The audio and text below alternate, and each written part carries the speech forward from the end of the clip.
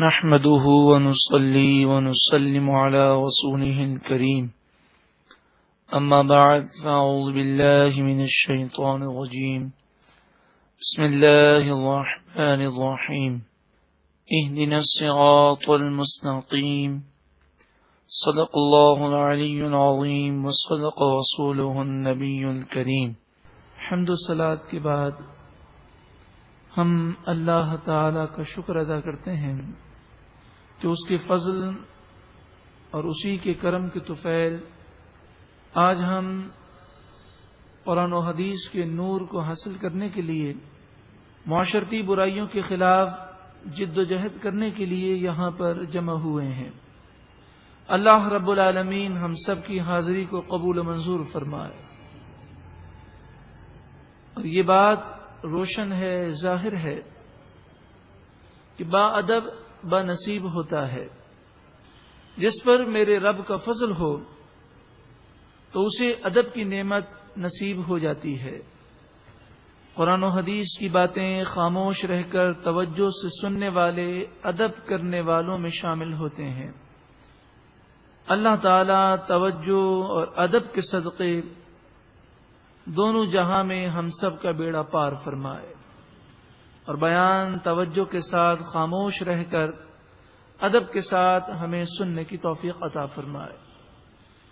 اللہ رب العالمین ارشاد فرماتا ہے سورہ آل عمران آیت نمبر 100، چوتھا پارہ، پہلا رکوع، یا ایھا الذین آمنوا، اے ایمان والوں، ان تطیعوا فریقا من الذین اوتوا الکتاب، اے ایمان والوں اگر تم اہل کتاب یہودیوں اور عیسائیوں میں سے کسی ایک گروہ کی پیروی کرو گے، ان کا کہنا مانو گے، یردوکم بعد ایمانکم کافرین، تو یہ یہودی یہ عیسائی تمہیں مسلمان ہونے کے باوجود کافر بنا کر پھیر دیں گے۔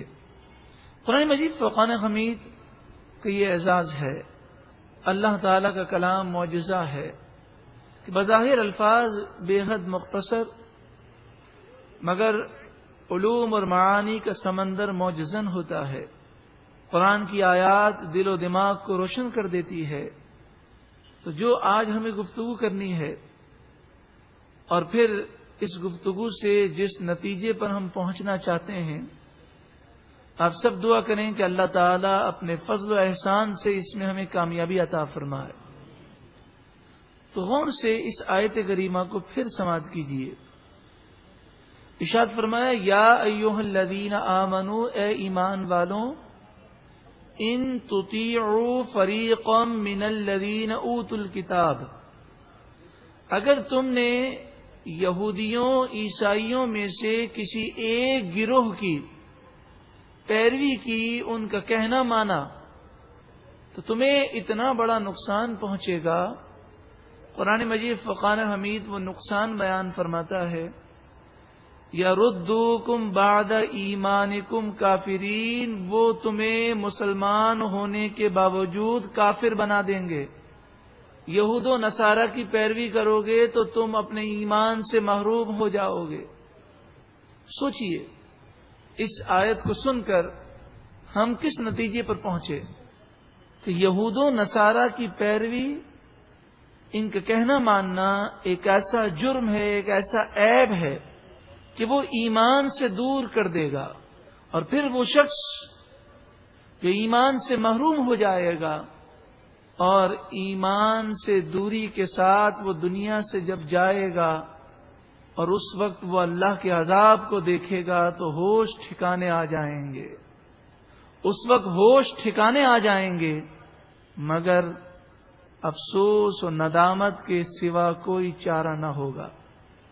اس آیت کریمہ سے واضح معلوم ہوا کہ یہود و نصارہ، عیسائی، یہودی، انگریز، کہ وہ کافر اسلام کے دشمن ہیں۔ یہ مسلمانوں کو ایمان سے اور دین سے محروم کر کے اپنا تسلط جمانا چاہتے ہیں مسلمانوں پر۔ اس آیت کریمہ سے واضح معلوم ہوا کہ مسلمان پست کب ہوں گے، مسلمان ذلیل و رسوا کب ہوں گے، مسلمانوں کے زوال کا آغاز کہاں سے ہوگا؟ ارشاد فرمایا ان تطیعوا فریقا من الذین اوتوا الکتاب، یہودیوں عیسائیوں میں سے کسی ایک گروہ کی بھی تم نے پیروی کی تو یہ تمہیں تباہ کر دیں گے۔ اگر دشمن کو دوست کوئی سمجھے، دشمن کو دشمن نہ سمجھے، اور دشمن یہودیوں عیسائیوں کا وہ پیروکار فالوورز بن جائے، ان کے رسم و رواج، ان کی تہذیب و تمدن کا دل دادا بن جائے، ان سے محبت کرنے والا بن جائے، تو یقیناً وہ شدید نقصان اٹھانے والوں میں سے ہوگا۔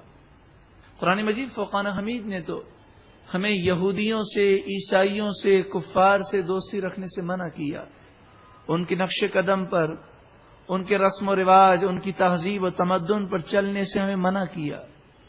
سورۃ المائدہ آیت نمبر 51، یا ایھا الذین آمنوا، اے ایمان والوں، لا تتخذوا الیہود والنصارى اولیاء، اے ایمان والوں یہودیوں اور عیسائیوں کو ہرگز اپنا دوست مت بنانا۔ بعضهم اولیاء بعض، یہ یہودی عیسائی آپس میں ایک دوسرے کے دوست ہیں لیکن مسلمانوں کے دوست نہیں، قرآن انہیں دشمن قرار دے رہا ہے۔ وَمَن يَتَوَلَّهُم مِّنكُمْ فَإِنَّهُ مِنْهُمْ، اور جو یہودیوں عیسائیوں کے نقش قدم پر چلیں گے، ان کی تہذیب و تمدن کو اپنائیں گے، ان کے کلچر کو دل سے لگائیں گے۔ وَمَن يَتَوَلَّهُم مِّنكُمْ، اور جو تم میں سے ان یہودیوں عیسائیوں سے دوستی کرے گا، فَإِنَّهُ مِنْهُمْ، پس بے شک وہ بھی یہودیوں عیسائیوں میں سے ہی ہے۔ یہ قرآن فرما رہا ہے، قرآن مجید فرقان حمید کا یہ پیغام کہ یہود و نصارہ سے بچو، دوستی نہ کرو، ان کے طریقے، ان کی وضاقتہ سے بچو۔ آج افسوس کا مقام یہ ہے کہ یہود و نصارہ ہمیں تباہ کرنے کے در پہ ہیں، وہ مسلسل سازشیں کر رہے ہیں، مگر ہم خواب غفلت میں پڑے ہیں۔ ہو سکتا ہے ایک وقت وہ آئے کہ جب ہمیں ہوش آ جائے، ہم ہوش میں آ جائیں، لیکن اس وقت پانی سر سے اوپر ہو چکا ہو۔ یہ آیت کریمہ جو سب سے پہلے تلاوت کی، اس کا شان نزول ہم جب سماعت کریں گے تو انشاءاللہ عز و جل ہمیں یہ معلوم ہوگا کہ یہودی کس قدر سازشی ذہن رکھتے ہیں۔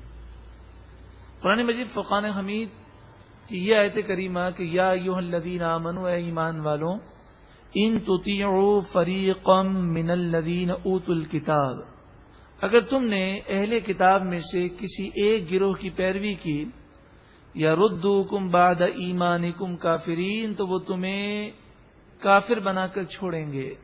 اس کا شان نزول اس طرح ہے کہ مدینہ طیبہ میں اسلام کی آمد سے پہلے دو قبیلے مشہور و معروف تھے، اوس اور خزرج۔ نبی اکرم صلی اللہ علیہ وآلہ وسلم کی آمد سے تقریباً 500 یا 600 سال قبل اوس اور خزرج، اس قبیلے کی جنگ یہودیوں سے ہوئی، اور اوس اور خزرج نے کئی بڑے بڑے یہودی جرنیلوں کو قتل کر دیا۔ جب یہودیوں نے یہ دیکھا کہ ہم اوس اور خزرج مدینہ منورہ کے رہنے والے ان دونوں قبیلوں پر قابو نہیں پا سکتے، تو پھر انہوں نے یہ کہا کہ میدان جنگ میں تو ہم جیت نہیں سکتے، ایسا کرتے ہیں ایک سازش کے ذریعے ان کی قوت کو ہم توڑتے ہیں۔ پھر انہوں نے یہ کیا کہ دونوں قبیلوں کے اندر نفرتوں کی آگ کو سلگانے کی کوشش کی، اور نفرت پھیلانے کا کوئی بھی موقع وہ ہاتھ سے جانے نہ دیتے، یہاں تک کہ اگر اوس اور خزرج دونوں قبیلوں میں سے کسی ایک فرد کا جھگڑا گھوڑا آگے بڑھانے پر ہو جاتا تو یہودی اسے ہوا دیتے اور اس قدر اس کا پروپیگنڈا کرتے کہ نفرتوں کی آگ لگتی رہے، یہاں تک کہ یہودی اس میں کامیاب ہو گئے، اور اوس اور خزرج دونوں قبیلے آپس میں نفرتوں کی آگ میں سلگنے لگے، اور ان کی نفرتیں 500 برس تک جاری و ساری رہیں۔ اب یہودیوں نے کیا کیا کہ اوس اور خزرج کو مزید ڈیوائیڈ کرنے کے لیے، ان کی نفرتیں بڑھانے کے لیے، قبیلہ اوس سے چند یہودی قبیلوں نے دوستی کر لی اور قبیلہ خزرج سے چند دوسرے یہودی قبیلوں نے دوستی کر لی۔ اب بظاہر ایسا محسوس ہوتا ہے کہ یہودی قوم دو حصوں میں ڈیوائیڈ ہے، کچھ اوس کے ساتھ ہیں اور کچھ خزرج کے ساتھ ہیں، مگر در حقیقت یہ ان کی سازش تھی۔ اور پھر وہ کیا کرتے کہ دونوں کو خوب آپس میں لڑواتے، اور جب یہ دونوں قبیل لڑتے تو انہیں اسلحے کی ضرورت ہوتی، تو یہودی اسلحے کے بزنس مین تھے، یہودیوں کا کاروبار اسلحہ بیچنا تھا، تو وہ یہودی اوس اور خزرج کو اسلحہ بیچتے۔ پھر اوس اور خزرج جب جنگوں میں بہت زیادہ مشغول ہوئے تو ان کے پاس رقم ختم ہو گئی، تو یہودیوں سے انہوں نے قرضہ لیا اور یہودیوں نے انہیں سودی قرضہ دیا۔ اس طرح مدینہ منورہ کے دونوں قبیلے اوس اور خزرج یہودیوں کے سود میں وہ جکڑ دیے گئے، یہودیوں کے وہ مقروض بھی بن گئے، اور 500 برس سے ان کی جنگیں جاری تھی۔ خاص طور پر آخری 120 سال تک بڑی خونریز جنگیں ہوئیں۔ نبی اکرم صلی اللہ علیہ وآلہ وسلم نے اعلان نبوت فرمایا، اور اعلان نبوت کو ابھی تقریباً 5 سال یا 8 سال گزرے تھے کہ اوس اور خزرج کے درمیان ایک بہت بڑی جنگ ہوئی، جس کے اندر لاشوں کے انبار لگ گئے، اور اس جنگ کے اندر مدینہ منورہ کے رہنے والے ان دونوں قبیلوں کا بہت بڑا نقصان ہوا، جسے جنگ بیعاص کہتے ہیں۔ جب نبی اکرم صلی اللہ تعالی علیہ وآلہ وسلم کے پیغام اہل مدینہ تک پہنچا اور اوس اور خزرج میں سے کچھ لوگ مسلمان ہوئے، اور پھر مدینہ منورہ میں اسلام کی روشنی پھیلنے لگی، اور آخرکار مدینہ منورہ کے تمام لوگ اوس اور خزرج یہ دونوں قبیلے مسلمان ہو گئے۔ جب وہ مسلمان ہوئے اور سرکار دو عالم صلی اللہ علیہ وآلہ وسلم ہجرت کر کے مدینہ منورہ تشریف لے آئے، تو وہی اوس اور خزرج کہ صدیوں سے ان میں نفرتیں تھیں، یہ بھائی بھائی بن گئے۔ قرآن مجید فرقان حمید خود ارشاد فرماتا ہے، سورہ آل عمران آیت نمبر 103، وَاذْكُرُوا نِعْمَةَ اللَّهِ عَلَيْكُمْ إِذْ كُنْتُمْ أَعْدَاءً فَأَلَّفَ بَيْنَ قُلُوبِكُمْ فَأَصْبَحْتُمْ بِنِعْمَتِهِ إِخْوَانًا۔ تم یاد کرو اللہ کی وہ نعمت کہ تم آپس میں ایک دوسرے کے خونی دشمن تھے، تو اللہ نے تمہارے دلوں میں محبتیں عطا فرمائیں اور تم اللہ کی نعمت سے بھائی بھائی ہو گئے۔ وَكُنْتُمْ عَلَى شَفَا حُفْرَةٍ مِّنَ النَّارِ، اور تم جہنم کے گڑھے کے قریب تھے، فَأَنْقَذَكُم مِّنْهَا، تو اللہ نے تمہیں اس سے بچا لیا۔ سورہ آل عمران آیت نمبر 164 میں ہے، وَإِن كَانُوا مِن قَبْلُ لَفِي ضَلَالٍ مُّبِينٍ، اور یہ لوگ حضور صلی اللہ علیہ وسلم کی آمد سے پہلے کھلی گمراہی میں مبتلا تھے۔ سورہ انفال آیت نمبر 63 میں ہے، وَأَلَّفَ بَيْنَ قُلُوبِهِمْ، اور اللہ نے ان کے دلوں میں محبتیں عطا فرمائیں۔ لَوْ أَنفَقْتَ مَا فِي الْأَرْضِ جَمِيعًا مَا أَلَّفْتَ بَيْنَ قُلُوبِهِمْ، اگر تم ساری دنیا کی دولت بھی خرچ کر دیتے تو اوس اور خزرج کے درمیان محبت قائم نہ کر سکتے تھے۔ وَلَكِنَّ اللَّهَ أَلَّفَ بَيْنَهُمْ، ہاں لیکن اللہ نے ان کے درمیان محبتیں قائم فرمائیں۔ إِنَّهُ عَزِيزٌ حَكِيمٌ، بے شک اللہ غالب حکمت والا ہے۔ اب جب یہودیوں نے یہ دیکھا کہ کئی صدیوں سے جس قوم کو ہم نے لڑایا تھا وہ قوم اسلام کے نور سے ایسی منور ہوئی کہ آپس میں بھائی بھائی ہو گئی، جب جنگیں ختم ہو گئیں تو انہیں اسلحے کی ضرورت نہ رہی، اور آہستہ آہستہ یہ قوم یہودیوں کے قرضوں سے آزاد ہو گئی، یہودیوں کی اجارہ داری نہ رہی، اور یہودیوں کا جو ہولڈ اہل مدینہ پر تھا وہ ختم ہو چکا۔ اب یہودیوں کی کوئی حیثیت نہ رہی۔ یہودیوں نے جب یہ دیکھا تو انہوں نے اسلام کو اپنا دشمن سمجھ لیا، اور وہ اسلام کے دشمن بن گئے۔ انہوں نے خیال کیا کہ اسلام یہ وہ واحد مذہب ہے جو ہماری سازشوں کو ناکام کرتا ہے، اسلام وہ مذہب ہے جو یہودی سازشوں کو جڑ سے اکھیڑ کر پھینک دیتا ہے۔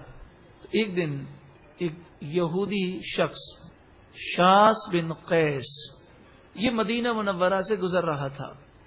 حضرت امام فخر الدین رازی علیہ رحمہ تفسیر کبیر 3 جلد میں صفحہ نمبر 308 پر ارشاد فرماتے ہیں انه مر على نفر من الانصار من الاوس والخزرج فرآهم في مجلس لهم يتحدثون وكانوا قد زال ما كان بينهم في الجاهلية من العداوة۔ جب وہ یہودی مدینہ منورہ کے بازار سے گزرا تو اس نے دیکھا کہ اوس اور خزرج آپس میں محبت سے بیٹھے ہیں اور زمانے جاہلیت کی نفرتیں ختم ہو چکی ہیں۔ فشق ذلك على اليهودی، تو اس یہودی پر یہ کیفیات برداشت سے باہر ہو گئیں، تو اس نے عرب کے ایک نوجوان کو خریدا اور وہاں سے یہودی سازش کا آغاز ہوا۔ اس نے عرب کے ایک نوجوان کو خریدا اور اسے منہ مانگی قیمت دی اور زمانے جاہلیت کے اشعار اس کو یاد کروائے اور کہا بس تجھے یہ کرنا ہے کہ مدینہ منورہ کے رہنے والے جو اوس اور خزرج ہیں ان سے دوستی کر، اپنے آپ کو مسلمان ظاہر کر، مسجد نبوی میں جا کر نماز ادا کر اور یہ ظاہر کر کہ میں بھی اسلام والا ہوں، مسلمان ہوں۔ تو اس نے اسلامی لبادہ اوڑھا، مسجد نبوی میں جا کر وہ نمازیں ادا کرتا اور مسلمانوں کے درمیان بیٹھ کر جب موقع ملتا وہ زمانہ جاہلیت کے اشعار یاد دلاتا۔ اس زمانے میں کہ جب اوس اور خزرج کی جنگیں جاری تھیں زمانے جاہلیت میں، تو اوس کے شعراء نے، شاعروں نے خزرج کی مذمت میں اشعار لکھے تھے اور اسی طرح خزرج کے شاعروں نے اوس کی مذمت میں اشعار لکھے تھے۔ ایک دن ایسا ہوا کہ لوگ بیٹھے تھے، یہ وہ لوگ تھے جو نئے نئے مسلمان ہوئے تھے، لیکن اسلام کی بدولت اس وقت ان کے دلوں میں نفرتیں نہ تھیں۔ تو اس نوجوان نے جب وہ اشعار سنائے تو دونوں طرف سے اشعار کا تبادلہ ہوا اور زمانہ جاہلیت کی یادیں تازہ ہو گئیں، غصے سے آنکھیں سرخ ہو گئیں، نفرت کا ایک طوفان اٹھ کھڑا ہوا اور چند نوجوان مشتعل ہو گئے اور تلواریں نکل گئیں۔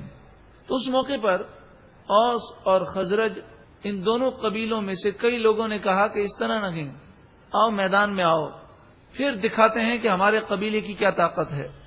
تو دوسرے نے کہا کہ ہم تمہیں میدان میں بتائیں گے کہ مرد کسے کہتے ہیں۔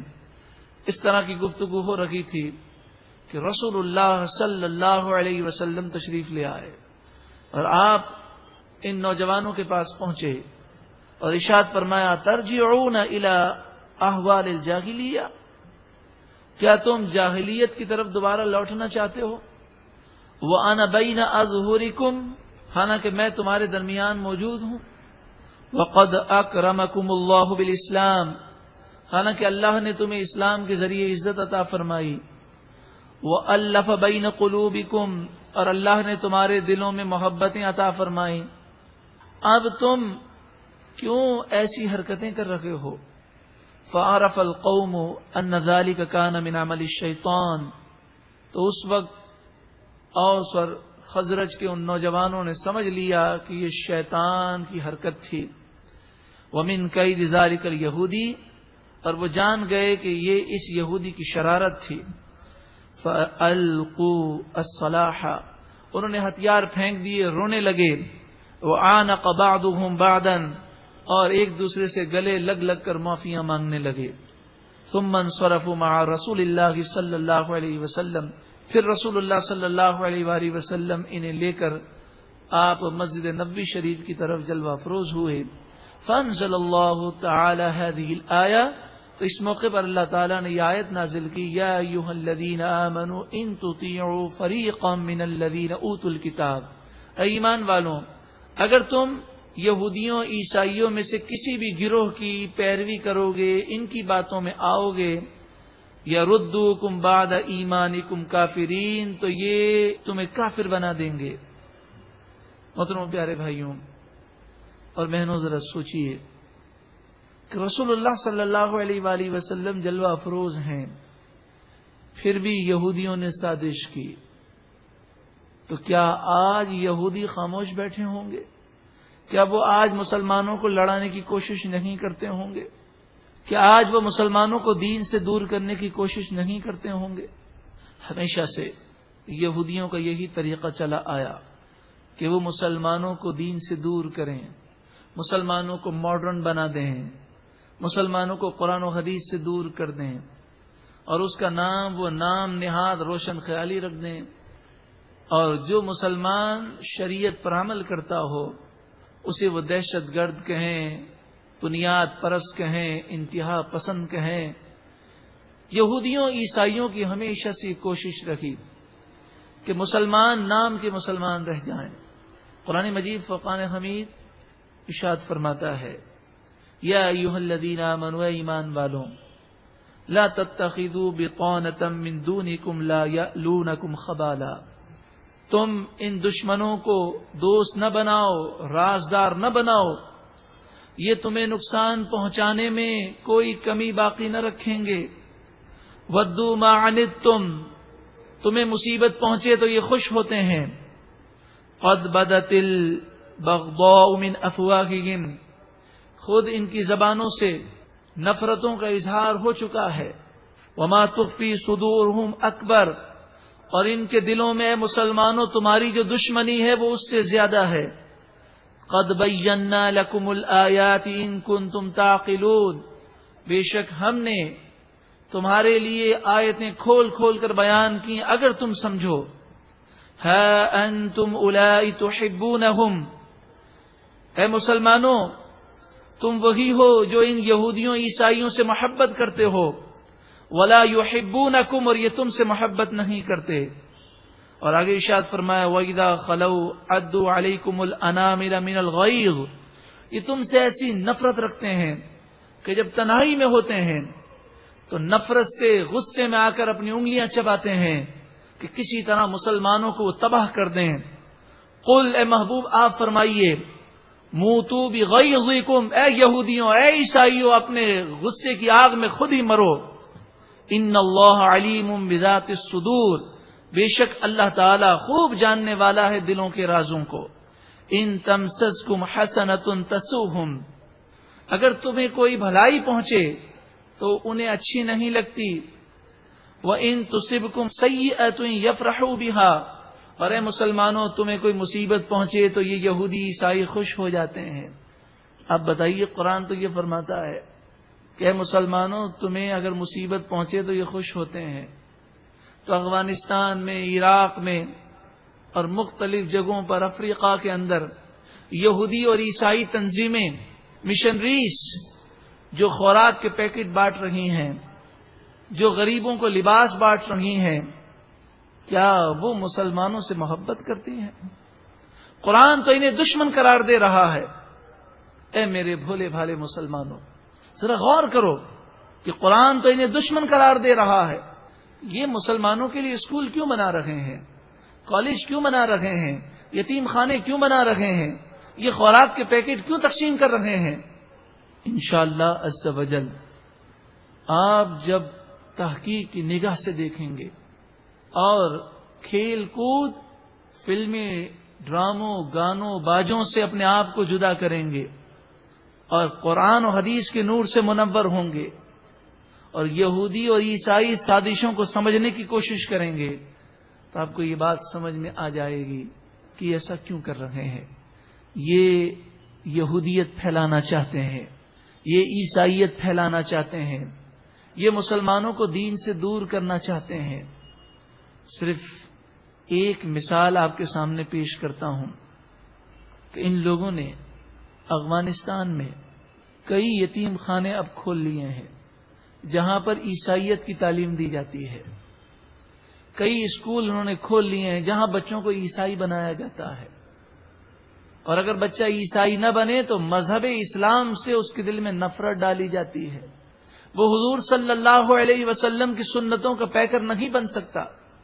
عیسائی پادری امریکی صدر کی محفل صدارت میں وہ شریک تھا جسے امریکہ کے اندر عیسائیوں کا سب سے بڑا پادری مانا جاتا ہے۔ اس نے خود یہ بیان دیا کہ عراق جنگ کے بعد عیسائیت پھیلانے کے تمام ہماری راہ کی رکاوٹیں ختم ہو چکی ہیں۔ 80,000 بائبل عربی میں عراق میں تقسیم کروائیں اس نے، اور پھر یہ اعلان کیا کہ آئندہ سال 10 لاکھ بائبل عربی میں ہم عراق میں تقسیم کریں گے. تو عراق میں کوئی لیتا ہوگا تبھی تقسیم کرتے ہوں گے. تو کیسے تقسیم کرتے ہیں؟ یہ خوراک کے پیکٹ، لباس کے بنڈل دیتے ہیں، ساتھ میں وہ اپنی بائبل بھی دیتے ہیں. سب سے پہلے یہ اپنے مسلمانوں کے دلوں میں یہودیوں عیسائیوں کی محبت پیدا کرتے ہیں، پھر مسلمان کے قریب آتے ہیں، پھر یہ ذہن دیتے ہیں سنو سب کی کرو اپنی. تو کبھی گرجے میں بھی آ جایا کرو، کبھی بائبل بھی پڑھ لیا کرو، کبھی ہمارے قریب آ کر دیکھو. اتنی تنگ نظری نہیں ہونی چاہیے. اور وہ مسلمان جسے قرآن کا علم ہی نہیں، جسے اپنے اسلام کا علم ہی نہیں، وہ ان کی باتیں سن کے گمراہ ہو جاتا ہے. تو اس پادری نے یہ بیان دیا کہ ہمارا مشن عیسائی بنانا نہیں، بلکہ ہمارا مشن مسلمانوں کو اسلام سے دور کرنا ہے. کیونکہ مسلمان اگر اسلام کے قریب رہیں گے تو ہمارے دشمن رہیں گے، کیونکہ قرآن نے ہمیں ان کا دشمن قرار دیا ہے. 2001 میں اسی عیسائی تنظیم نے، مشنری نے، کرسمس کے موقع پر 10 لاکھ افغانی بچوں کے لیے جو اسکولوں میں اور یتیم خانوں میں ہیں ان کو کرسمس کے تحائف بھیجے. کیا مقصد؟ کہ مسلمانوں کے تہوار ان کے ذہنوں سے نکل جائیں اور یہ بچے جو کل مستقبل کے معمار ہوں گے یہ یہودی تہذیب کے دل دادا ہو جائیں. اس وقت پوری دنیا میں یہودی اور عیسائی تنظیمیں جو یہودیت اور عیسائیت کے لیے کام کر رہی ہیں ان کی تعداد ہزاروں میں ہے اور ان کے ورکرز کی تعداد کروڑوں میں ہے. سالانہ کھربوں ڈالر یہ خرچ کرتے ہیں. یہ جو ہم ملٹی نیشنل کمپنیوں کے جوس اور ان کے ریسٹورنٹ میں کھانا کھاتے ہیں، کبھی کھیل کود سے ہم فارغ ہوں، فلموں ڈراموں گانوں باجوں سے ہم فارغ ہوں، بسنت اور ویلنٹائن ڈے اور یہودیوں عیسائیوں اور ہندوؤں کے رسم و رواج سے ہم فارغ ہوں، کبھی دل کے اندر اسلام کا درد پیدا ہو، تو ہم ذرا تحقیق سے سوچیں، غور کریں، ریسرچ کریں، ہم دیکھیں کہ یہ ہمارے خلاف کیسی سازشیں کر رہے ہیں. ایسی ایسی ملٹی نیشنل کمپنیاں ہیں کہ جن کی آمدنی کا 40%، بعض کمپنیوں کا 10%، بعض کمپنیوں کا مہینے کی 1 دن کی آمدنی یہودیوں اور عیسائی تنظیموں کو جاتی ہے. اور ہم بڑے مزے سے وہاں پر بیٹھ کر بند کباب کھاتے ہیں. ہم ریسٹورینٹ میں ہزاروں روپے بہا کر آتے ہیں اور اپنی عزت اور یہ سمجھتے ہیں کہ ہم ماڈرن ہو گئے، ہمارا نام ہو گیا، اتنے بڑے ریسٹورینٹ میں جا کر ہم نے کھانا کھا لیا. یہاں تک کہ ان یہودیوں عیسائیوں نے اسلامی ممالک کی حکومتوں پر اس قدر زور دیا ہے کہ 9/11 کے بعد پوری دنیا میں کئی مدارس اور کئی مذہبی اسکول بند ہو چکے ہیں. یہاں تک کہ یمنی حکومت یہود و نصارہ کے ایسے پریشر میں آئی کہ اس نے اپنے پورے ملک میں تمام مذہبی یونیورسٹیاں بند کر دی ہیں.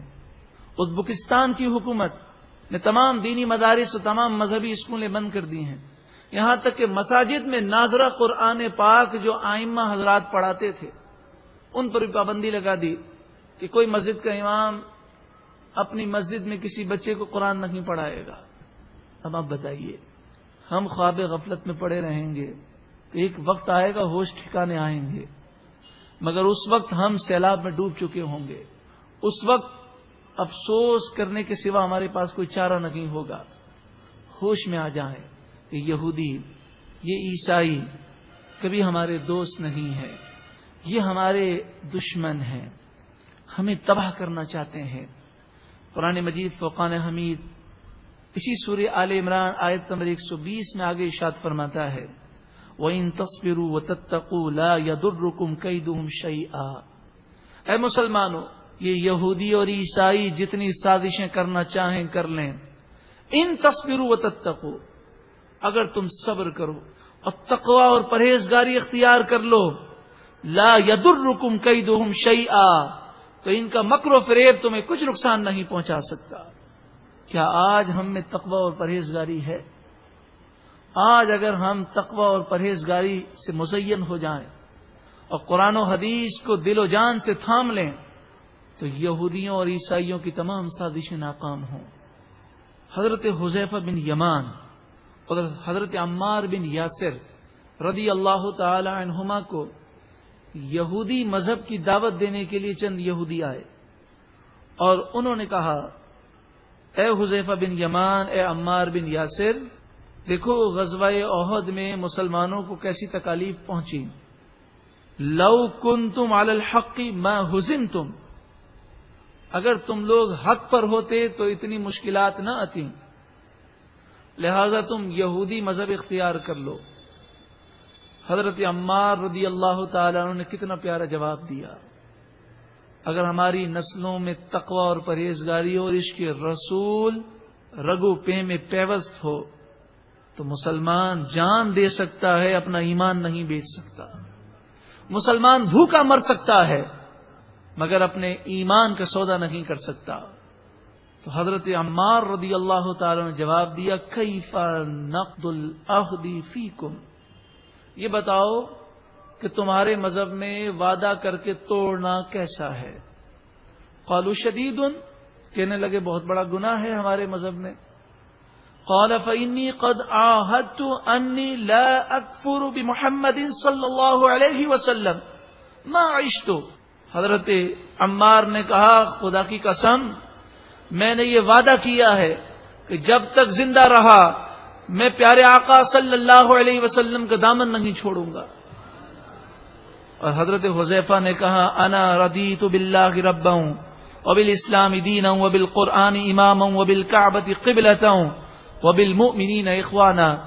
کہا میں اللہ کے رب ہونے سے راضی ہوں، اسلام کے دین ہونے سے راضی ہوں، قرآن کے امام ہونے سے راضی ہوں، کعبے کے قبلہ ہونے سے راضی ہوں اور مسلمانوں کے بھائی بننے سے راضی ہوں. ثم اتیا رسول اللہ صلی اللہ علیہ وسلم واخبراہ، دونوں حضرت عمار اور حضرت حذیفہ رسول اللہ صلی اللہ علیہ وآلہ وسلم کی خدمت میں حاضر ہوئے اور کہا کہ یہودیوں نے اس طرح کہا تو ہم نے یہ جواب دیا. تو آپ صلی اللہ علیہ وآلہ وسلم بڑے خوش ہوئے اور فرمایا کہ تم نے خیر کو پا لیا اور تم نے کامیابی کو پا لیا. اس موقع پر یہ آیت کریمہ نازل ہوئی، وَدَّ كَثِيرٌ مِّنْ أَهْلِ الْكِتَابِ لَوْ يَغُدُّونَكُم مِّن بَعْدِ إِيمَانِكُمْ كُفَّارًا. اہل کتاب میں سے بہت سارے یہ چاہتے ہیں کہ مسلمانوں تمہیں ایمان لانے کے باوجود وہ کافر بنا دیں. حضرت عمار اور حضرت حذیفہ نے یہ جواب کیوں دیے؟ اسی لیے دیے کہ آپ کے دل میں قرآن کا نور تھا، آپ رسول اللہ کے عشق سے منور تھے. تو آج بھی ضرورت اس بات کی ہے کہ ہم عشق رسول سے، اللہ کے خوف سے مزین ہو جائیں. یہودی سرکار دو عالم صلی اللہ علیہ وآلہ وسلم کے دور میں سازشیں تیار کرتے.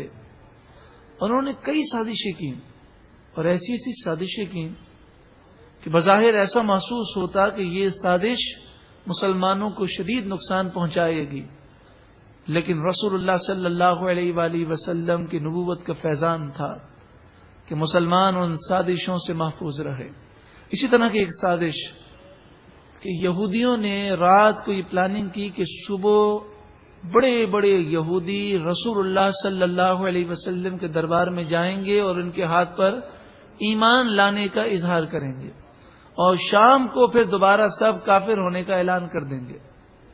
وقالت طائفة من اہل الكتاب آمنوا بالذی انزل علی الذین آمنوا وجہ النہار واکفروا آخرہ. یہودیوں میں سے، عیسائیوں میں سے گروہ نے کہا کہ لوگوں تم ایمان لاؤ اس قرآن پر صبح کے وقت اور پھر کفر کا اعلان کر دو شام کے وقت. لعلہم یرجعون، ان کا مقصد یہ تھا کہ جو نئے نئے مسلمان ہوئے ہیں جب انہیں یہ پتہ چلے گا کہ یہودی بڑے بڑے علماء پادری مسلمان ہونے کے بعد دوبارہ کافر ہو گئے تو ان کے دل میں شک پیدا ہوگا اور وہ خیال کریں گے کہ یہ تو یہودی پادری ہیں، یہ تو توریت کو زیادہ جاننے والے ہیں. اگر توریت میں جس نبی کا ذکر ہے اگر یہ یہی نبی ہوتے تو یہ ایمان سے نہ پھرتے. یقیناً انہوں نے کوئی ایسی بات دیکھی ہوگی تبھی تو پھر گئے. اس طرح انہوں نے ایک سازش تیار کی. لیکن رات ختم ہونے سے پہلے قرآن کی آیت نازل ہو گئی، اور ان کی سازشیں ناکام ہو گئیں۔ آج بھی یہودی، عیسائی، کفار کی کئی ایجنسیاں، کئی تنظیمیں، کئی ادارے مسلمانوں کا لبادہ اوڑھ کر مسلمانوں کو نقصان پہنچانے کی کوشش کر رہے ہیں۔ نواب راحت سعید خان چھتاری یہ 1904 عیسوی میں صوبہ اتر پردیش کے گورنر تھے مسلمان، لیکن انگریز گورنمنٹ کے یہ گورنر تھے۔ انہیں یہ عہدہ کیوں ملا تھا کہ ایک تو یہ اتر پردیش کے نواب تھے، پھر مسلم لیگ کے یہ خلاف تھے، تو انگریزوں کی وفاداری کا وہ اظہار کرتے تھے، تو انگریزوں نے انہیں اتر پردیش کا گورنر بنایا۔ یہ اپنی سما عمری میں لکھتے ہیں کہ گورنمنٹ کی ڈیوٹی پر مجھے لندن بلایا گیا، تو ایک انگریز دوست مجھے لندن میں ملا اور اس نے کہا میں تمہیں کیا وہ چیز دکھاؤں جو کسی نے نہیں دیکھی؟ تو نواب راحت سعید خان چھتاری نے کہا کہ ہاں ضرور دکھاؤ۔ تو کہا وہاں جانے کے لیے تحریری اجازت نامہ چاہیے ہوتا ہے، لہذا اپنا پاسپورٹ دے دو۔ پھر وہ پاسپورٹ لے گیا اور انگریز ان کا دوست ان کے لیے تحریری اجازت نامہ لے کر آیا اور پھر اپنی گاڑی میں ان کو سوار کیا اور صبح وہ شہر سے باہر نکلے۔ آدھے گھنٹے تک گاڑی چلتی رہی۔ اب جنگل ویران میں وہ چلتے رہے، چاروں طرف گھنے جنگلات تھے، یہاں تک کہ گاڑی چلتے چلتے وہ نواب صاحب کہتے ہیں کہ ایک جگہ پر ہمیں روک دیا گیا، سخت انگریزی فوج کا پہرا تھا، ہمیں گاڑی سے اتارا گیا، ہماری تلاشی لی گئی اور ہمارا تحریری اجازت نامہ چیک کیا گیا۔ پھر ہمیں کہا گیا کہ آپ اپنی گاڑی میں آگے نہیں جا سکتے، فوجی گاڑی میں ہمیں بٹھایا گیا اور پھر دوبارہ سفر جاری ہوا۔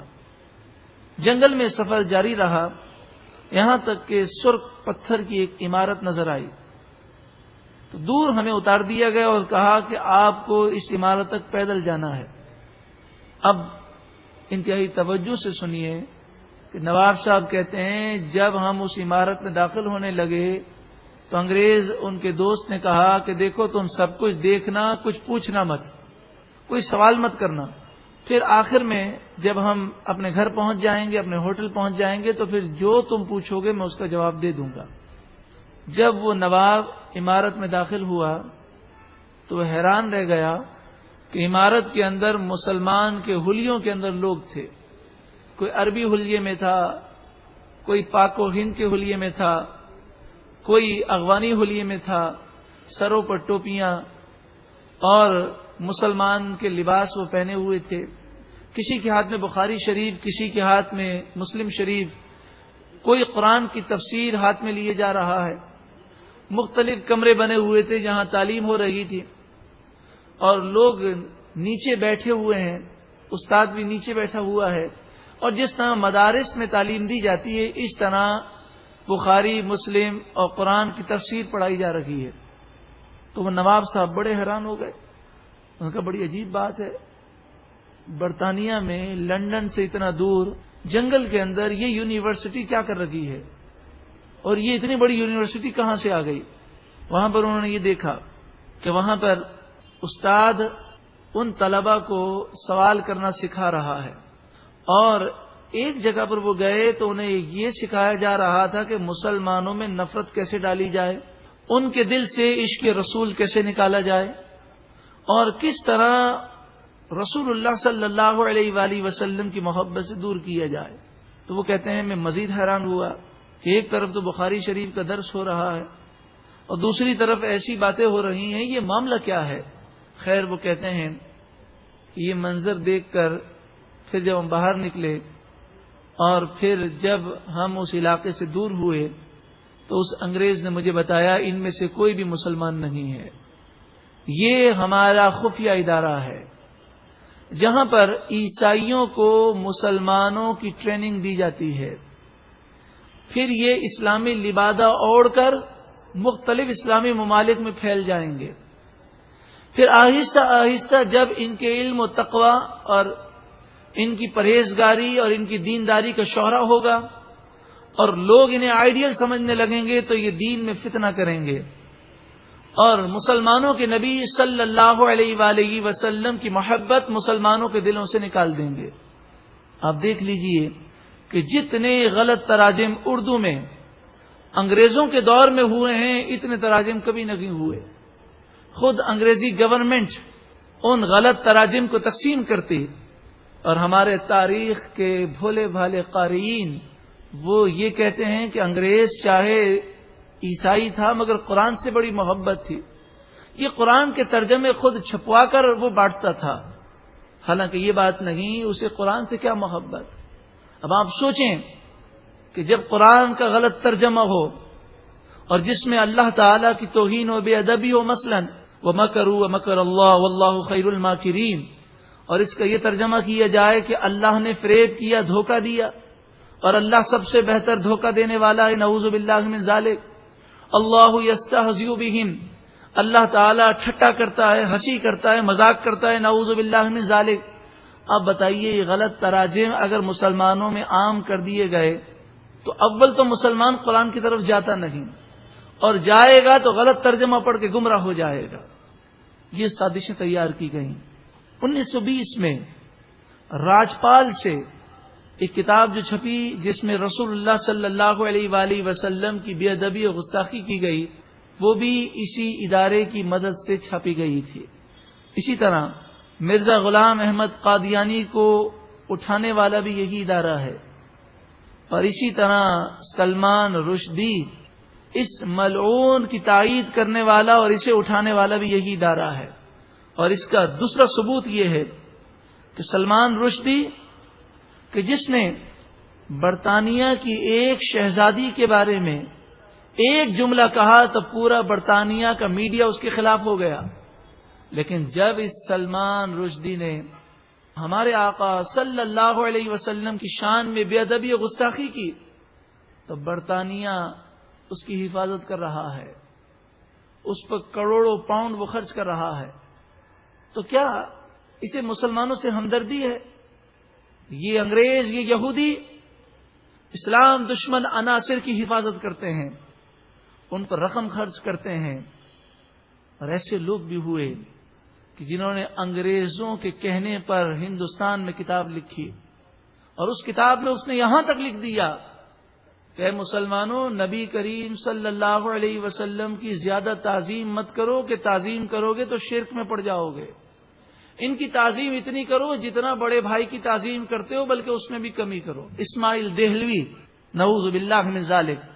اب آپ بتائیے کہ جو اپنی کتاب میں یہ لکھے اور جس کے ماننے والے اس کی کتاب یہ پڑھتے ہیں کہ جس میں یہ لکھا ہے کہ نبی کی تعظیم اتنا کرو جتنے بڑے بھائی کی تعظیم کرتے ہو، اس میں بھی کچھ کمی کرو، تو اب آپ بتائیے جب یہ باتیں مسلمانوں کا لبادہ اوڑھ کر لوگ کہنے لگیں تو پھر ڈنمارک کے اخبارات کی ہمت ہوئی کہ نہیں ہوئی؟ کیوں آج سے 1400 سال قبل، کیوں آج سے 1000 سال قبل، کیوں آج سے 500 سال قبل یورپ کے اخبارات کی یہ جرت نہ تھی کہ وہ رسول اللہ صلی اللہ علیہ وآلہ وسلم کی بے ادبی و گستاخی کر سکے؟ آج ان کی جرت کیوں ہوئی کہ مسلمان کہلانے والے، نام نہاد مسلمان، کہ جو اپنے آپ کو مسلمان کہتے ہیں مگر رسول اللہ کی بے ادبی و گستاخیاں کرتے ہیں، تو آج یورپ کے اخبارات میں بے ادبی کی گئی، آج سے 2 سال پہلے بھی بے ادبی کی گئی۔ آپ کے شاید علم میں ہو یہ بات کہ جس شخص نے خاکے بنائے، اس نے اخباری ایڈیٹر کو یہ پیشکش کی تھی کہ میں حضرت عیسیٰ علیہ الصلاۃ والسلام کے خاکے بنانا چاہتا ہوں، تو اخباری ایڈیٹر نے یہ کہہ دیا کہ خبردار ایسی حرکت مت کرنا، عیسائی قوم ہرگز برداشت نہیں کر سکے گی۔ لیکن اس کے بعد اس نے ہمارے پیارا آقا صلی اللہ علیہ وآلہ وسلم کی توہین و بے ادبی کی، گو کہ ہمارے نزدیک تمام انبیاء کی تعظیم فرض عین ہے، حضرت عیسیٰ علیہ السلام کی جو توہین کرے وہ بھی کافر ہے۔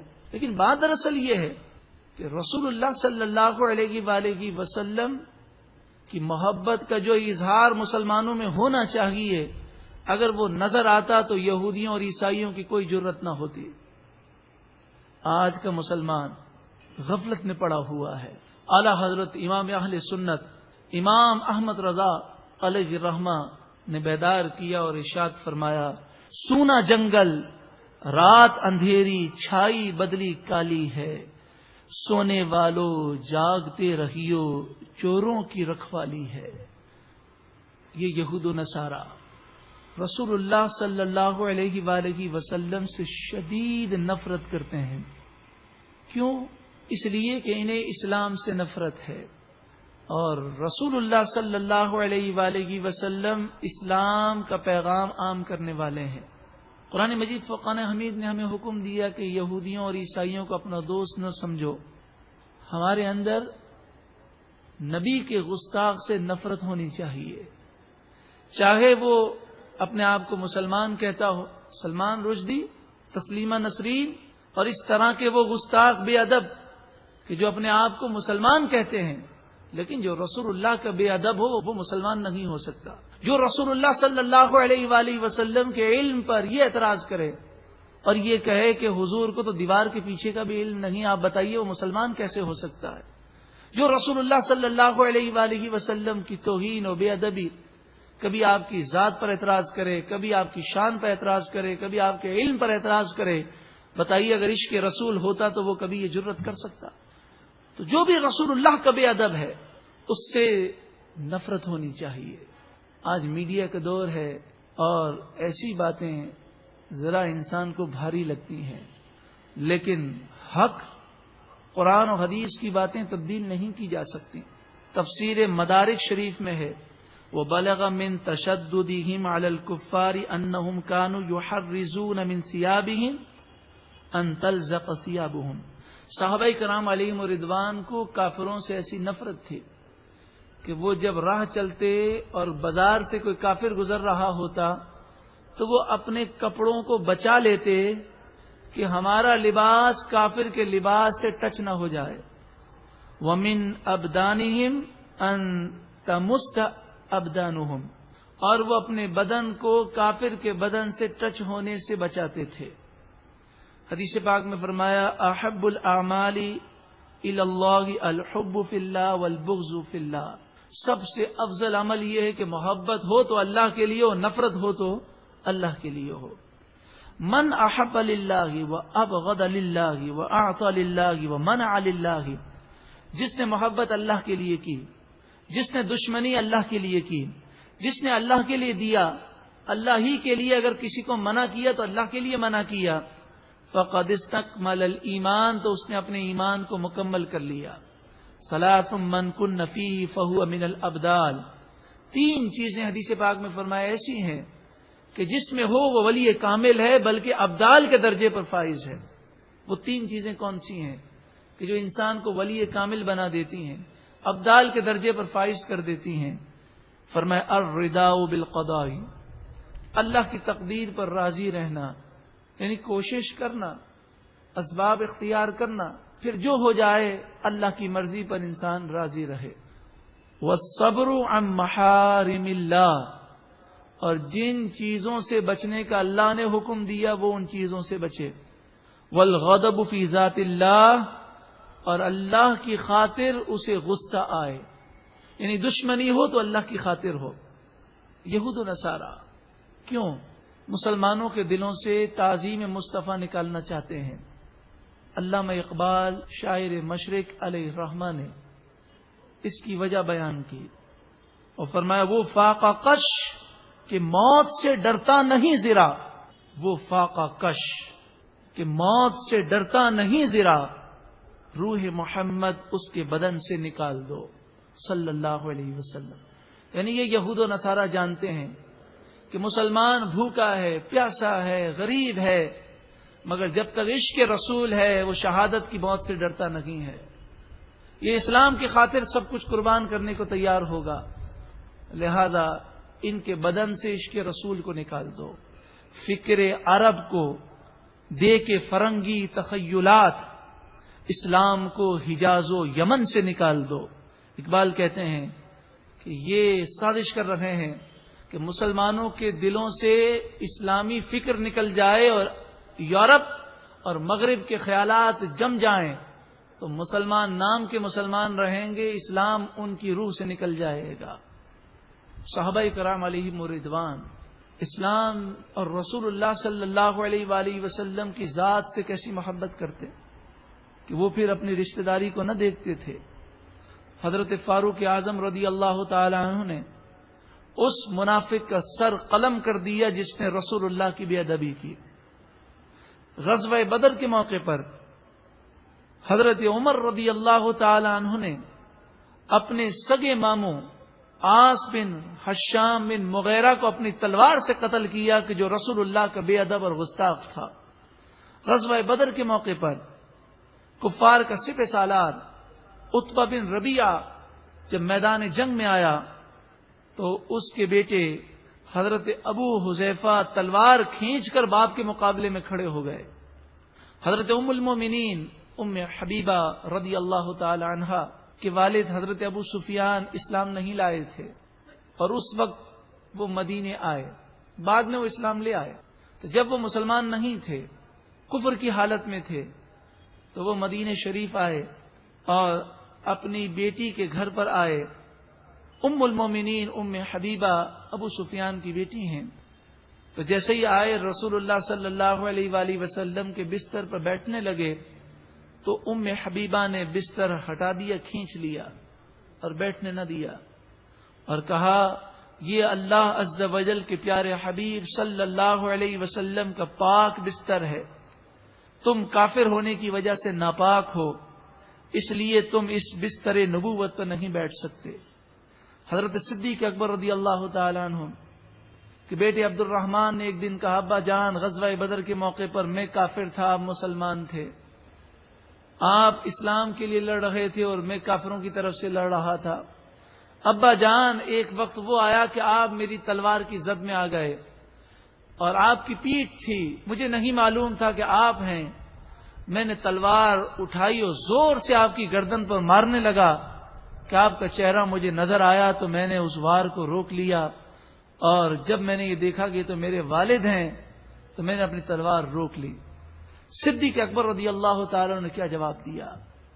صدیق اکبر نے کہا ہے عبد الرحمن خدا کی قسم، اللہ کی قسم، اگر غزوہ بدر کے موقع پر میری تلوار کی زد میں تو آتا تو میں یہ نہ دیکھتا کہ میرا بیٹا ہے، میں یہ دیکھتا نبی کا گستاخ اور بے ادب ہے۔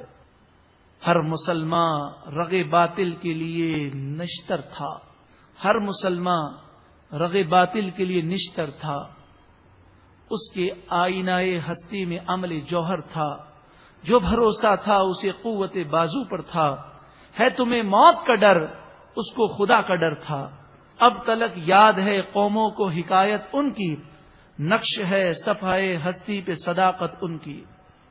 صدیق اکبر نے رسول اللہ صلی اللہ علیہ وآلہ وسلم سے ایسی محبت کی تو پھر دنیا نے بھی تو دیکھا کہ صدیق اکبر کا جنازہ سرکار دو عالم صلی اللہ علیہ وسلم کے روضہ اقدس پر حاضر کیا گیا، اور صدیق اکبر کی وصیت کے مطابق یہ کہا گیا الصلاۃ والسلام علیک یا رسول اللہ، اے اللہ کے رسول اگر آپ کی اجازت ہو تو صدیق اکبر کو آپ کے برابر میں دفن کر دیا جائے، ان کی قبر آپ کے برابر میں بنائی جائے۔ تو قبر انور سے آواز آئی کہ حبیب کو حبیب سے ملا دو۔ تو عشق رسول کی خاطر صدیق اکبر نے جو جذبات کا اظہار کیا تو سرکار دو عالم صلی اللہ علیہ وآلہ وسلم کا بھی تو خصوصی کرم تھا۔ صحابہ کرام ذرا سی بھی توہین برداشت نہیں کر سکتے تھے۔ نبی اکرم صلی اللہ علیہ وآلہ وسلم ایک دن دراز گوش پر سوار تھے اور کسی جگہ پر آئے تو ایک منافق نے اپنی ناک پر کپڑا رکھا اور کہنے لگا دراز گوش کہ لمبے کان والا جسے ہم گدھا کہتے ہیں، تو اس نے کہا اس گدھے کے پیشاب کی بو سے میرے سر میں درد ہو گیا۔ اب آپ بتائیے کہ جانور کے پیشاب میں تو بو ہوتی ہے، مگر اس منافق کا انداز ایسا تھا کہ مقصد رسول اللہ کی طرف سے توجہ ہٹانا تھا اور رسول اللہ کی بے ادبی کرنی تھی کہ اس دراز گوش پر رسول اللہ صلی اللہ علیہ وسلم سوار تھے۔ تو صحابی رسول نے جب یہ سنا تو کیا جواب دیا؟ انہوں نے جلال میں کہا او بدبخت اپنی زبان بند رکھ، تیری مشک کی خوشبو سے زیادہ مجھے اس دراز گوشت کا بول یعنی یورین کی خوشبو پسند ہے۔ اب آپ بتائیے، صحابی نے یہ بات ٹھنڈے لہجے میں کہی ہوگی کیا؟ یقیناً جذبات میں آ کر کہا ہوگا۔ تو یہ غصہ کس کے لیے تھا؟ اللہ کی محبت کے لیے تھا۔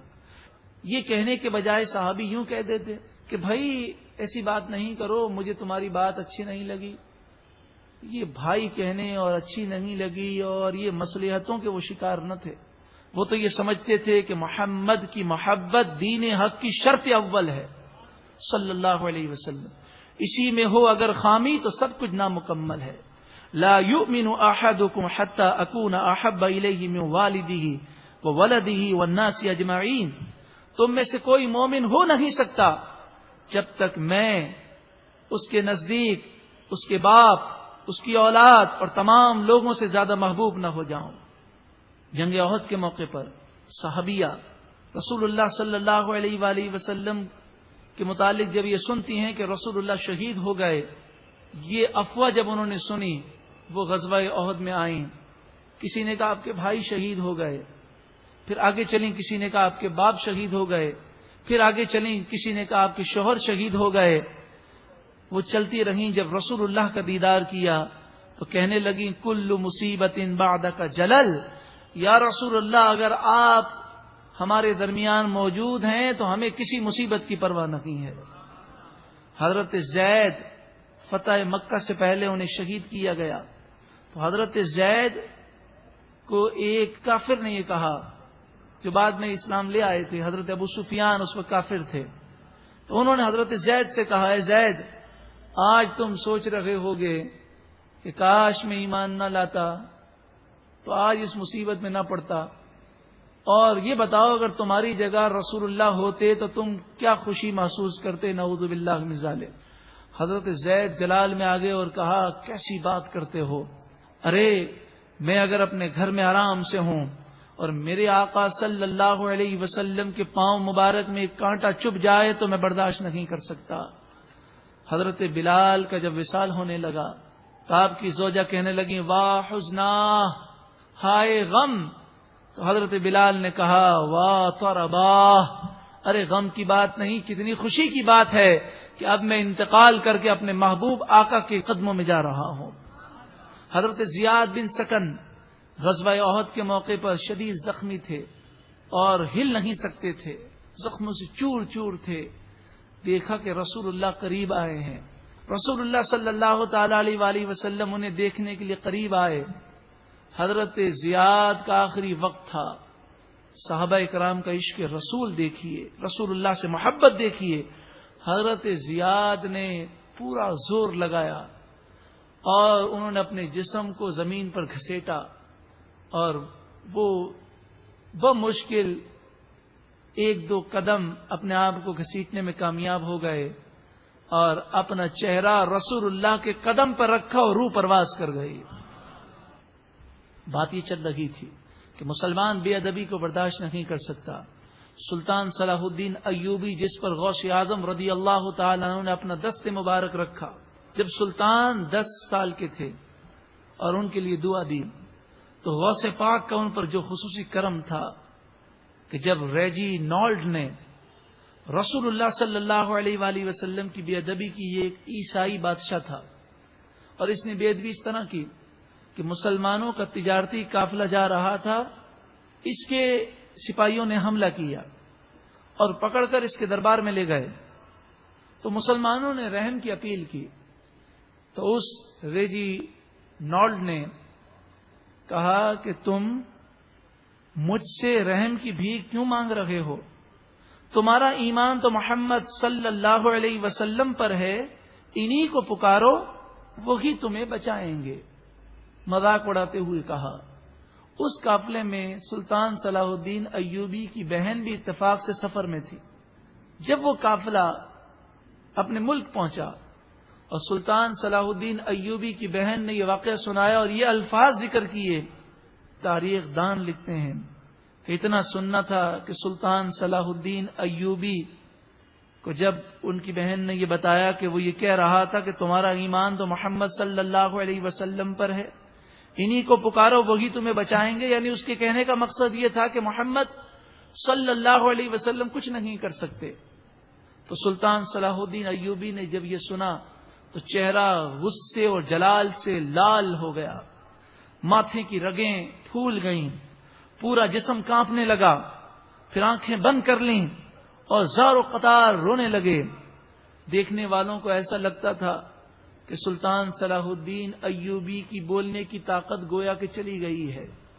کافی دیر گزر گئی، پھر رقت آمیز لہجے میں کہا، اے عیسائی بادشاہ سن لے، ہمارے آقا حضرت محمد صلی اللہ علیہ وسلم ہی ہماری مدد فرمائیں گے، ہمارے آقا کی نسبت خاص ہی ہمیں بچانے کے لیے کافی ہے، انشاءاللہ ہمیں یہ نسبت ہی بچائے گی۔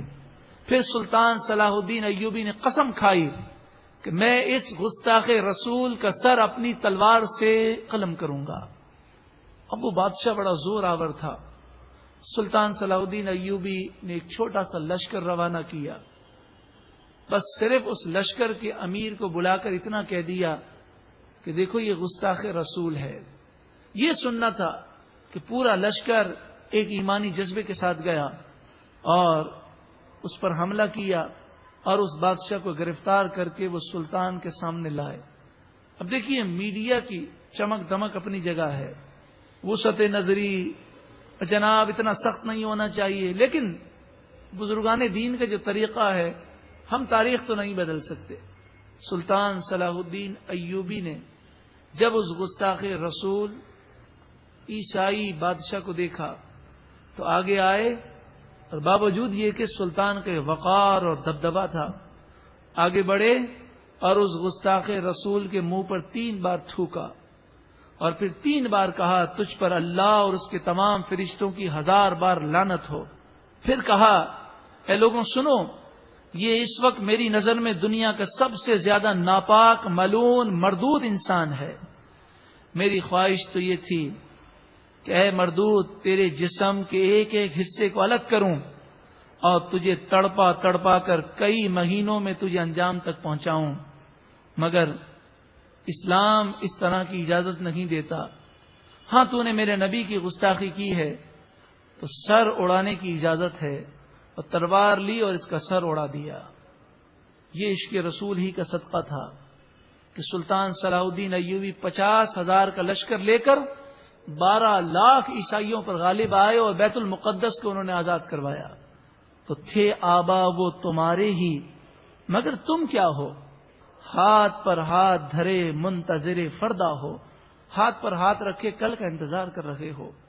اسی طرح غازی علم الدین شہید، غازی عبد القیوم شہید، یہ وہ شہداء ہے جنہوں نے ناموس رسالت پر جان دی، یہاں تک کہ جیل میں ان سے کہا گیا کہ ایک تحریری بیان دے دو کہ میں نے اس گستاخ رسول کو قتل نہیں کیا تو چھوٹ جاؤ گے۔ تو انہوں نے کہا، اتنی بڑی شہادت میں نے حاصل کی ہے، اس سے کیوں پھروں؟ جان جائے تو جائے۔ اور بھری کوٹ میں انہوں نے کہا کہ اس گستاخ رسول کو مارنے کی مجھے سعادت حاصل ہوئی ہے۔ اسی طرح حال ہی میں 2 سال قبل جب یورپ کے اخبارات نے رسول اللہ کی بے ادبی اور گستاخی کی تو ایک نوجوان عامر چیمہ کہ جو یہاں سے تعلیم کے لیے گئے تھے، حضور صلی اللہ علیہ وآلہ وسلم کے عاشق، میلاد شریف منانے والے، یا رسول اللہ کہنے والے تھے، جب انہوں نے یہ سنا تو دل غمگین ہو گیا اور پھر اس گستاخ کو مارنے کے لیے اس کے دفتر میں چلے گئے، اس پر حملہ کیا، اسے زخمی کر دیا، پولیس گرفتار کر کے لے گئی اور پھر یہ زنجیروں میں جکڑے ہوئے تھے۔ ایک افسر آیا اور عامر چیمہ سے کہنے لگا کہ تم نے ایسا کیوں کیا؟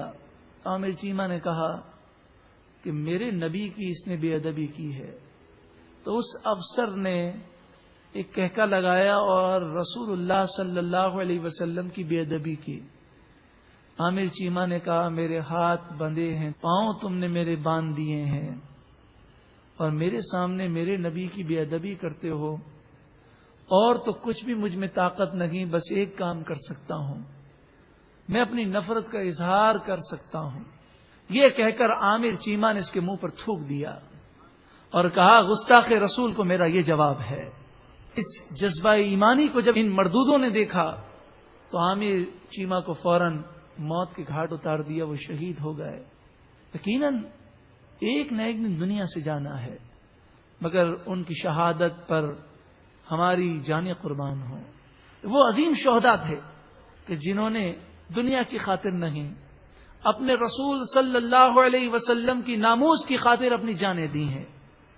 آج افسوس کا مقام ہے، کتنا افسوس ہے کہ آج مسلمان ان یہودیوں کی تہذیب، تمدن، کلچر، ان کا لباس، ان کا حلیہ اپناتے ہیں جو رسول اللہ کے دشمن ہیں، جو مسلمانوں کے دشمن ہیں، جنہوں نے افغانستان میں 26 لاکھ مسلمانوں کو موت کے گھاٹ اتارا، 1 کروڑ سے زائد مسلمانوں کو بے گھر کر دیا، جنہوں نے عراق میں اب تک کی رپورٹ کے مطابق 13 لاکھ، جب سے امریکی فوجیں عراق میں گئی ہیں اس وقت سے لے کر اب تک 13 لاکھ مسلمان مارے گئے ہیں، 45 لاکھ بے گھر ہو چکے ہیں. عورتوں کی عزتیں محفوظ نہیں ہیں، مسجدیں محفوظ نہیں ہیں، مدارس محفوظ نہیں ہیں. یہ ہندو جو کشمیر میں لاکھوں مسلمانوں کا خون بہا چکے، ان کا بسنت، ان کی رسم و رواج ہم شادی کے مواقع پر مناتے ہیں، ان کے ڈرامے ہم دیکھتے ہیں، ان کے کلچر پر ہم چلتے ہیں. رسول اللہ کو کیا جواب دیں گے؟ سوچئے کہ رسول اللہ صلی اللہ علیہ وآلہ وسلم نے اگر یہ پوچھ لیا کہ مجھ سے شفاعت لینے آئے ہو اور میرے دشمنوں یہودیوں، عیسائیوں اور ہندوؤں کے کلچر پر چلے، ان کی رسم و رواج کو اپنایا، آئیے اس سے پہلے کہ ایمان سے ہم محروم ہو جائیں، اس سے پہلے کہ رسول اللہ صلی اللہ علیہ وسلم شفاعت سے انکار کر دیں، آئیے ہم رسول اللہ کے دامن سے وابستہ ہو جائیں. یہ دنیا دار، یہ یہود و نصارہ، یہ ماڈرن لوگ کل بروز قیامت ہماری شفاعت نہیں کر سکیں گے. جس نبی کے در سے شفاعت ملے گی، جس نبی کے صدقے میں جنت ملے گی، اس نبی کا دامن تھام لیجئے کہ محمد سے وفا تو نے تو ہم تیرے ہیں، یہ جہاں چیز ہے کیا لوح و قلم تیرے ہیں، قوت عشق سے ہر پست کو بالا کر دے، دہر میں اسم محمد سے اجالا کر دے صلی اللہ علیہ وسلم. مگر افسوس قلب میں سوز نہیں، روح میں احساس نہیں، کچھ بھی پیغام محمد کا تمہیں پاس نہیں. شاعر مشرق کہتے ہیں وضع میں تم ہو نصارہ تو تمدن میں ہنود، یہ مسلمان ہیں جنہیں دیکھ کے شرمائے یہود. ہمارا رسم و رواج، ہمارا چلنا پھرنا یہودیوں کی نقلیں. وہ زمانے میں معزز تھے مسلمان ہو کر، اور تم خوار ہوئے تاریخ قرآن ہو کر. تم ہو آپس میں غضبناک، وہ آپس میں رحیم. تم خطا کار و خطا بین، وہ خطا پوش و کریم. آج ہم رسول اللہ کے دامن سے وابستہ ہو جائیں. رسول اللہ صلی اللہ علیہ وآلہ وسلم سے جو محبت کرے گا وہ بسنت نہیں منائے گا.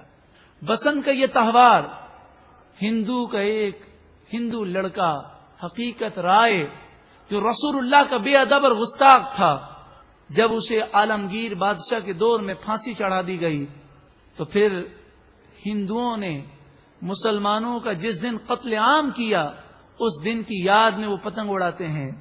آج مسلمان بسنت کو موسم کا تہوار سمجھ بیٹھا ہے. یہ ویلنٹائن ڈے، ایک ویلنٹائن پادری تھا کہ جس نے شرم و حیا سے عاری ہو کر بے حیائی کا مظاہرہ کیا. آج اس بے حیا پادری کا دن مسلمان مرد اور خواتین مناتے ہیں. افسوس کا مقام ہے، لاکھوں کروڑوں روپے ہم ضائع کر رہے ہیں. آج مسلمانوں کا عالم یہ ہے کہ 150 کروڑ مسلمانوں میں سے 75 کروڑ ایسے مسلمان ہیں کہ جو غربت کی لکیر سے بھی نیچے ہے. تعلیم کی سہولتیں نہیں ہیں، پینے کا صاف پانی نہیں ہے، اور ہم ناجائز رسومات میں لاکھوں اربوں خربوں روپے ضائع کر رکھے ہیں. من تشبہ بقوم فہو منہم.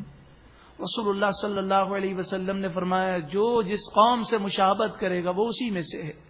کل بروز قیامت کیا ہم یہ پسند کرتے ہیں کہ ہندوؤں کے ساتھ اٹھائے جائیں، یہودیوں کے ساتھ اٹھائے جائیں یا عیسائیوں کے ساتھ اٹھائے جائیں؟ آج ہم یہ عزم کریں کہ یا رسول اللہ ہم شرمندہ ہیں، ساری زندگی آپ کی نافرمانی کرتے رہے۔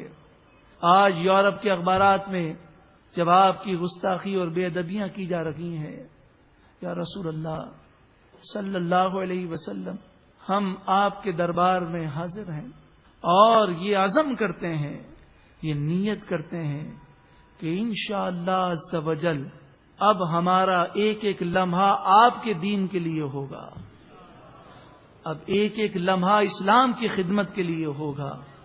اس سے پہلے ہم جیتے تھے اپنے لیے، اب آپ کی تعظیم و محبت عام کرنے کے لیے جیئیں گے۔ ہم صبح و شام دنیا کمانے کے لیے گزارتے تھے، اب ہم پر ایک ہی دھن ہوگی کہ انشاءاللہ قرآن و حدیث کو عام کریں گے۔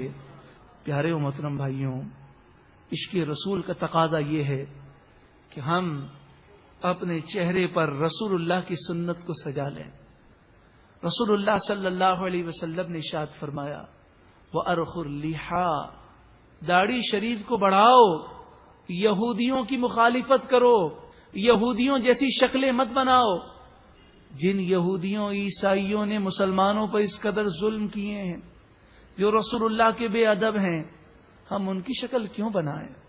آج ہم یہ نیت کریں، دعا کریں، اے اللہ تو ہمیں بھی رسول اللہ کی سنت اپنے چہرے پر سجانے کی توفیق عطا فرما۔ من تمسک بسنتی عند فساد امتی، جو میری امت کے فساد کے وقت میری سنت کو زندہ کرے گا، فلہ اجر 100 شہید، تو اسے 100 شہیدوں کا ثواب دیا جائے گا۔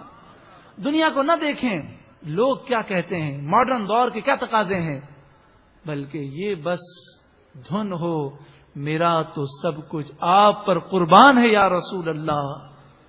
میری بہنیں سوچیں کہ یہود و نصارہ بے پردگی عام کرنا چاہتے ہیں، رسول اللہ صلی اللہ علیہ وسلم پردہ عام کرنا چاہتے ہیں۔ اب بتائیے یہود و نصارہ کی پسند پر عمل کریں گے کہ رسول اللہ کی پسند پر عمل کریں گے؟ یا ایھا النبی قل لازواجک وبناتک ونساء المؤمنین یدنین علیہن من جلابیبہن، سورہ احزاب آیت نمبر 59۔ اے نبی آپ اپنی بیویوں سے کہہ دیجئے، اپنی بیٹیوں سے کہہ دیجئے اور مسلمان عورتوں سے کہہ دیجئے کہ جب وہ گھر سے باہر نکلیں تو اپنے چہرے پر چادر کا ایک حصہ ڈال کر پردہ کر کے نکلا کریں۔ اس قرآنی حکم پر انشاءاللہ ہم عمل کریں گے۔ انشاءاللہ رسول اللہ صلی اللہ علیہ وسلم کی آنکھوں کی ٹھنڈک نماز اب انشاءاللہ عز و جل ہم کبھی قضا نہیں کریں گے۔ رسول اللہ صلی اللہ علیہ وآلہ وسلم کے عشق و محبت میں ڈوب کر ہم یہ عزم کریں کہ انشاءاللہ تعالی قرآن کے پیغام کو خود بھی سیکھیں گے اور انشاءاللہ عام کریں گے، کہ ہمارے دلوں میں عشق رسول مزید پیدا ہو اور ہم رسول اللہ صلی اللہ علیہ وسلم کی محبت میں گم ہو کر گستاخان نبی صلی اللہ علیہ وسلم کو ایسا منہ توڑ جواب دیں کہ اے یہودیوں، اے عیسائیوں، اے گستاخی کرنے والوں، تم مسلمانوں کو رسول اللہ سے دور کرنا چاہتے ہو تو سنو، اب انشاءاللہ مسلمان رسول اللہ کے نقش قدم پر چلے گا۔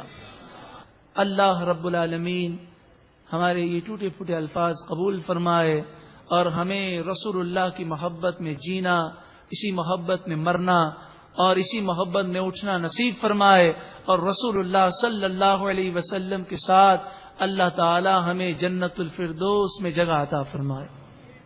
آمین بجاہ النبی الامین صلی اللہ علیہ وسلم۔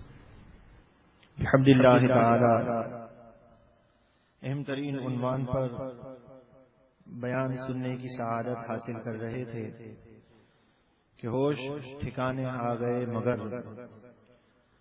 یہود اور نصارہ کی سازشیں اور مسلمانوں سے ان کی دشمنی کے بارے میں سماعت کر رہے تھے انشاءاللہ قرآن اور حدیث کے نور سے منور ہوں گے اور شیطان کو ٹھکراتے ہوئے رسول اللہ علیہ الصلوۃ والسلام کی پسند کو اپنا لیں گے۔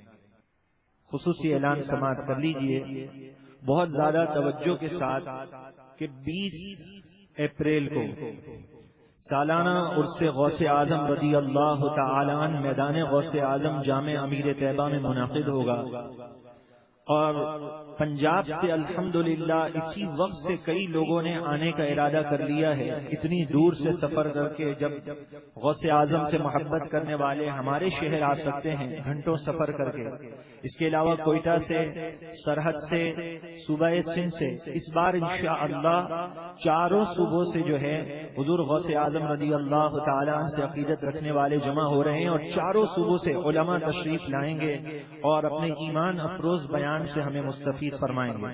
ہم تو کراچی کے رہنے والے ہیں اور یہ ہمارے شہر کراچی میں کئی گھنٹوں سفر کر کے مہمان آئیں گے، تو آپ ابھی سے نوٹ کر لیجئے 20 اپریل بروز اتوار سالانہ عرس غوث اعظم جامع امیر طیبہ میدان غوث اعظم میں یہ منعقد ہوگا۔ آپ اس کی دعوت ابھی سے عام کرنا شروع کر دیجئے تاکہ کسی کو دیگر مصروفیات کی وجہ سے رکاوٹ نہ بن جائے۔ 20 اپریل میں یہ ضرور یاد رکھیں۔ محبت سے درود پاک پڑھیں۔ اللہم صلی علی سیدنا و مولانا محمد الناظر الجود والکرم وآلہ وصحبہ وبارک وسلم۔ صلاۃ و سلام علیک یا سیدی یا رسول اللہ۔